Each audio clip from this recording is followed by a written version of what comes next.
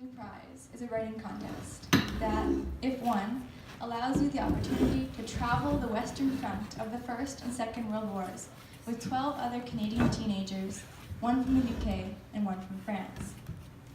We visited places such as John McCrae's dressing station, where In Flanders Fields was written, the famous Vimy Memorial, and countless other museums, cemeteries, and battlefields.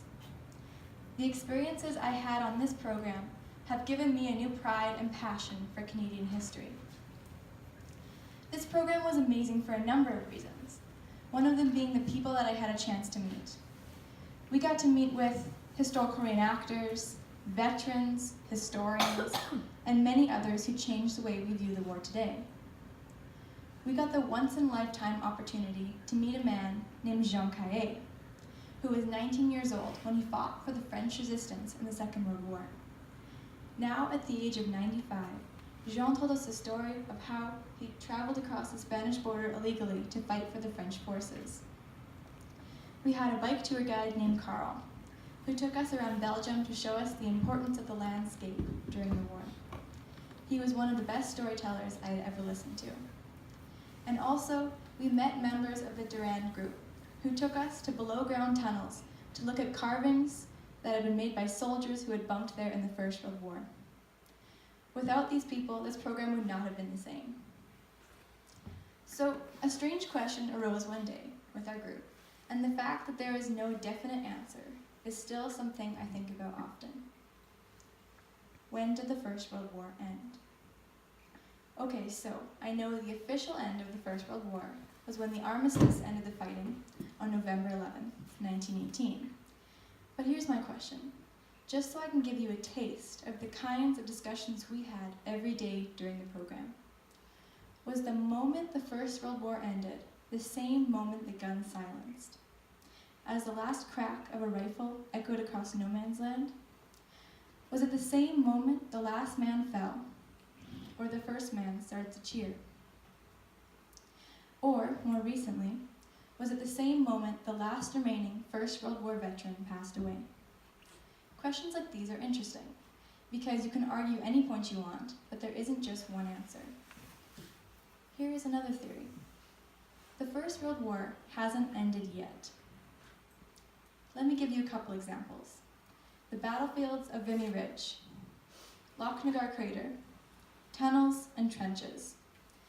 These are the scars on the land too deep to heal.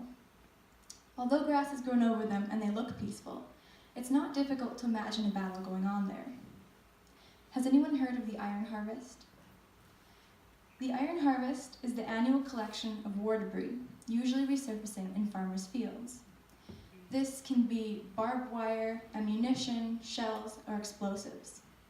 Some estimate that per every square meter of the Western Front's territory, 1 ton of explosives was fired. 2/3 of those explosives ended up undetonated and laid there, later being buried by the mud and chaos of the war. Now, Mother Earth keeps giving us reminders of the battle that raged over 100 years ago. Sudden shell explosions have already claimed the lives of over 200 civilians and injured more than twice as many. I believe the war will be over when the land tells us it is. However, there is one problem. Unlike our allies in Belgium and France, Canada has no scars.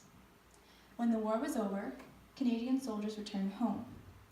And while Canada wasn't exactly the same as when they left it, it was nothing compared to the horror that Belgian farmers faced when they returned home to miles of destruction.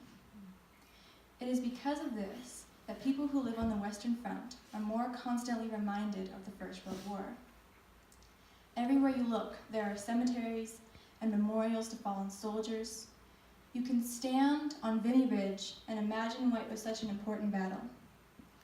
You can walk in the footsteps of Canadian soldiers on Dieppe Beach and imagine the devastation of German machine guns perched atop the unclimbable cliffs. This affects how younger generations view the war versus in Canada. Why should you care? I have no idea. But I'll tell you why I care. This is a memorial to 2 Canadian soldiers who fell in this place during the Dieppe raid in 1942. They managed to get past the machine guns on the ocean, but this memorial is only a ways from the ocean. The day we went to visit this, the flowers were well tended and wreaths were laid, likely by the Dieppe citizens. We got the privilege of attending commemorative ceremonies as guests of honor. We marveled at how French townspeople would come up to us in tears, hug us, and thank us profusely. Why? Because we were Canadian. One thing we talked about often was symbology and its place in the war. It was incredibly interesting to see how symbols had changed their meaning over time, had grown to be loved or grown to be hated. We inspected symbology in cemeteries, such as the Cross of Sacrifice, the Stone of Remembrance, or just the cross in general. However, some of my favorite and most meaningful forms of symbology are on memorials. During our bike tour with Carl, we visited a memorial called the Brooding Soldier. This by itself is very heartfelt, but combined with Carl's incredible stories about Canada's brave defense against the first cases of mustard gas, or his other stories about poppies blooming from the soil in a sea of red, well, it grew to be one of my favorites. Carl talked about what this memorial means. It's a Canadian soldier. His head is bowed and his rifle facing downwards. He's likely just buried his friend. Compared to the proud arches and roaring lines of British memorials, this is personal. It's very heartfelt. It really makes you think. It's very Canadian. Another important memorial we visited was the Vimy Memorial. The Battle of Vimy Ridge was said to be the battle that united Canada, not only because it was a time where it could separate itself from Great Britain, but it was one of the first times all 4 Canadian divisions fought side by side. This memorial is full of hidden clues of the Vimy Memorial, and she represents Canada and how she grieves for her lost soldiers. Perched atop the 2 twin pylons that represent Canada and France are 8 figures, representing the 8 universal virtues of charity, faith, hope, honor, justice, knowledge, peace, and truth. Every detail of these incredible memorials is chosen with great care, and they might contain a different meaning than what you thought. Now, days spent overseas were long and heavy. We spent a few hours covering topics that historians can spend a lifetime on. I wish that I could remember every fact or debate or conversation that we had, but I can't. There are some things that I'll probably never hear again, but there are some things I can still learn.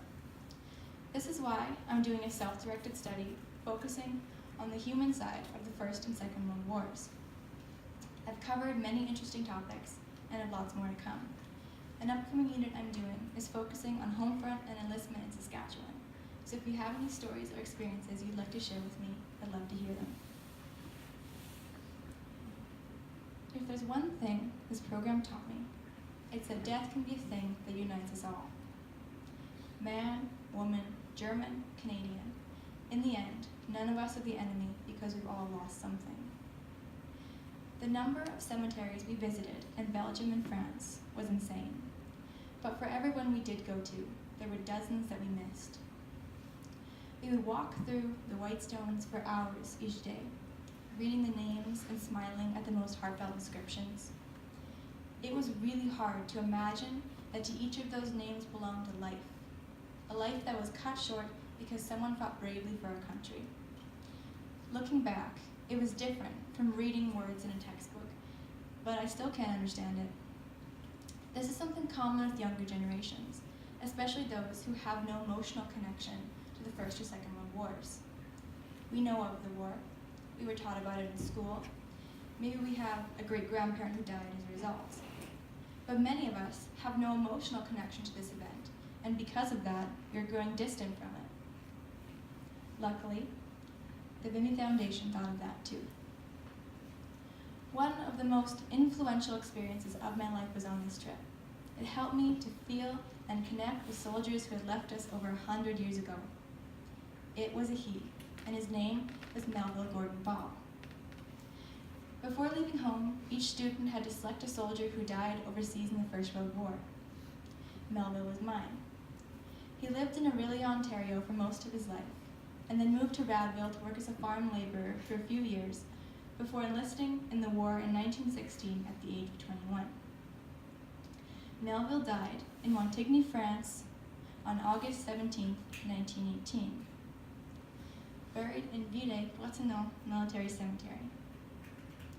By some strange twist of fate, I was there to read him my letter on August 17, 2018, exactly 100 years since the day he died. I stood there with my BVP group around me and read him a letter I'd written to thank him. And do you know what I did? I cried. My heart broke for this soldier whom I did not know and who died 100 years ago. But I knew from the moment that I read the words, "Dear Melville," that my life would never be the same. So here is my advice for those of you who do not know how to feel for these soldiers. And we have to feel for them, because if we don't soon, no one else will. Do not stare at words on a screen or numbers in a textbook, telling yourself to feel sad. Sad should not be the only thing you are permitted to feel on this day. Read war diaries, talk to veterans, research a soldier. Be grateful that you do not have to endure the pain that these men and women went through. They did it so you could be happy. Think not of the cold, white stone, but the memories underneath it. Laugh at the jokes they would have made and the happy memories they would have had. Be proud of the bravery and selflessness we have in this great country. But most of all, never forget. As the future of Canada, it is our job to carry the torch of their memories and give new light to the past.